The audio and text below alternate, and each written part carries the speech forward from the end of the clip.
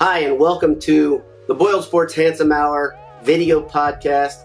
I'm Boiler Dowd. Mom, thanks for watching. I want to address a couple things. First one, how good is this Purdue basketball team? I got to see them play versus Canada in Carmel, Indiana, and I was impressed with a lot of things, but I wasn't really impressed with their shooting. Coach Painter chalked some of that up to the different ball, the length of the three-point line, that sort of thing, because guys like Matthias and Thompson, Carson Edwards shot okay that game, just weren't shooting the three ball well. Neither was Vince Edwards. Recently, this Purdue team's kind of hit its stride, not only in shooting, but they're rebounding better. They're playing amazing defense. There are a lot of good things happening, a lot of things really clicking when it gets right down to it. They're now 4-0 in pool play in the World University Games, as you guys all know. If you're watching this, you're a big fan. And they just beat Romania, beat the hell out of them. The way they're playing is pretty noteworthy. Nobody played over 20 minutes, which is a big deal because these games really start lining up. It's already started happening, but day after day they'll play. And I think in the tournament, it's only a little semifinal, final.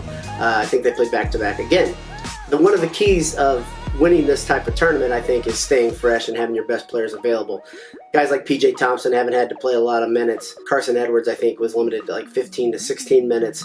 And a lot of guys are contributing. Stefanovic had 17 points in just 10 minutes of play. Shot the ball really well. And so we start asking the question, what's this do for the real season? I mean, everybody loves knowing that our Boilers are representing USA overseas. That's great. But they're pointing towards something greater, and that is next Big Ten season.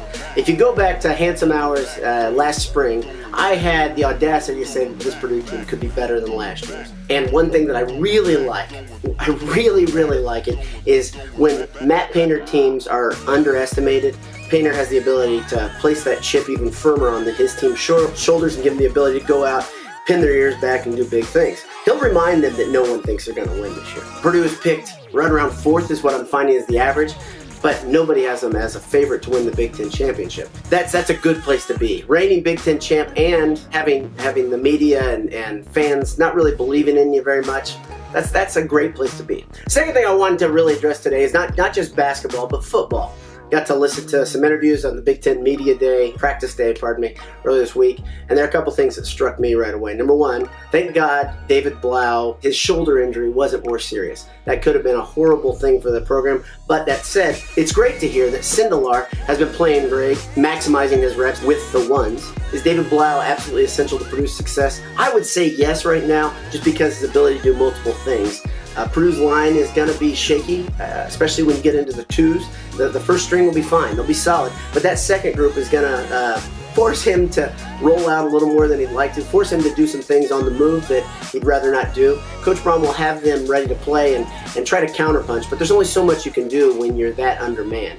I've been saying that since spring when I saw that team look like they did, that these two deeps are going to really make this team struggle, so they're going to have to get a lead and get out in front of teams to force teams to do things that they don't want to do. So kind of like almost like a Joe Tiller team tried to do, where you really score a lot of points quickly and then force teams to do things they're not comfortable doing, maybe passing it more than they usually are used to doing, putting pressure on their offense, get into a bit of an arms race. But the problem with that, of course, is at the end of the game, Purdue could be gassed. So another thing I took from those Big Ten interviews was the high standard that Coach Braun is clearly installing for the offense.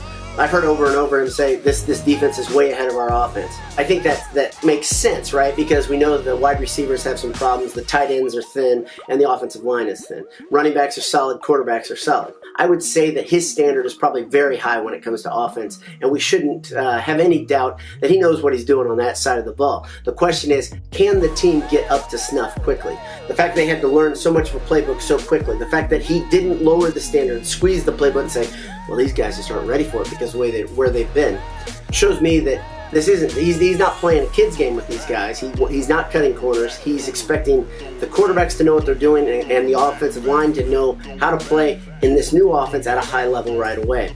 We'll see if it pays off. I'm excited about football season as you are. I'm excited to see the Boilers are handling their business in Taipei. Thanks for tuning in to the Boiled Sports Handsome Hour. Boiled Sports. Boiled Sports, Boiled Sports. BS all the time.